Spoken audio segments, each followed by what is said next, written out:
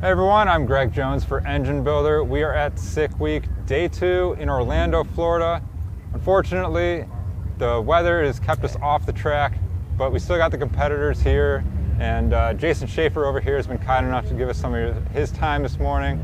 And behind us is his 1929 Ford with a blown 454, and it's our engine of the week. Engine Builder's Engine of the Week is sponsored by Pengrade, Precision Performance Pengrade, always the original green oil. Elring DOS Original, leading technology, leading service. And NPW and Engine and Performance Warehouse, for all your parts needs.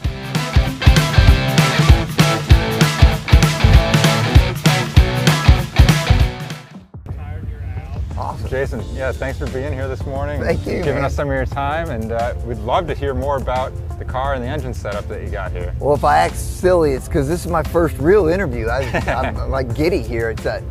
This is the neat thing about drag and drive, you know? So, brief history was, I got it in '93. I mean, I was a young kid. My wife was pregnant. I took her to the hospital the night she had my first son in this car. Wow. We drove Tennessee to Florida all the time. I'm all about driving. So being that I just like driving it, I was never interested in putting it on a trailer, and then you go from a trailer, you drive 10 seconds, put it back on a trailer. That just took the fun out of it. So I had my kids in a rumble seat. We would do trips Tennessee to Florida. We drove to the ham drags, 950 miles, ran 10-second quarters. But then I wanted to build it more streetable. Kind of lost its zeal until I was like, my kids grew up, moved away.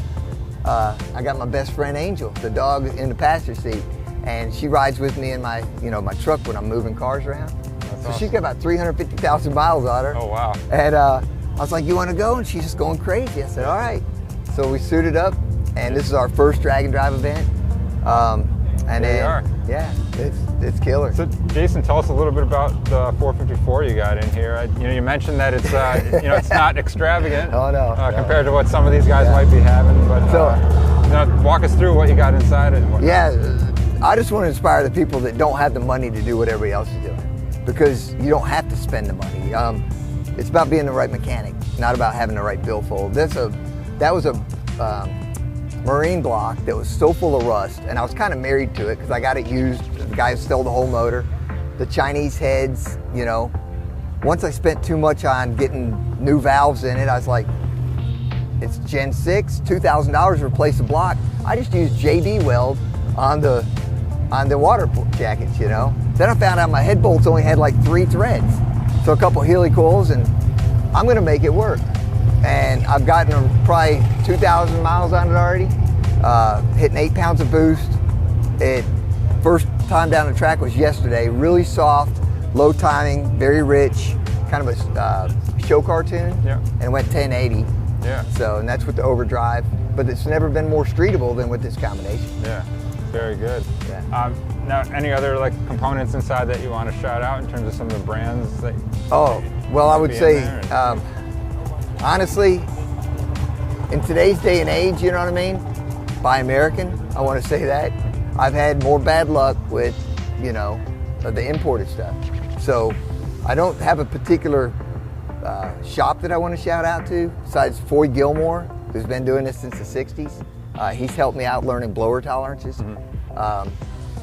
But the thing I want to throw again is, instead of spending, $1,000 each on carburetors, watch the YouTube videos, learn how to drill it out, boost reference your own carburetors.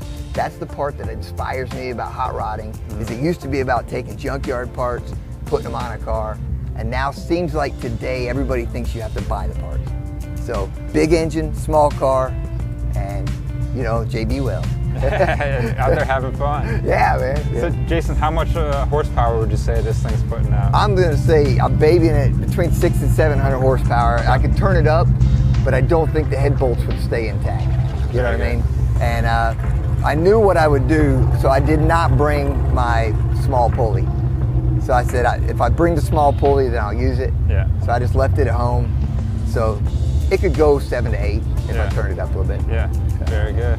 Awesome. Well, really cool car, cool history. Glad to see that you've maintained the original hot rodding, culture. And Jason, again, we appreciate your time. Dude, thank you for the channel, man. I can't wait. I'm gonna tell all my friends about you guys. So. Awesome, we appreciate that. What do you think, Angel? You gonna get on that channel? Been a good dog in there, yeah, having fun. It's awesome. We're having a blast, man.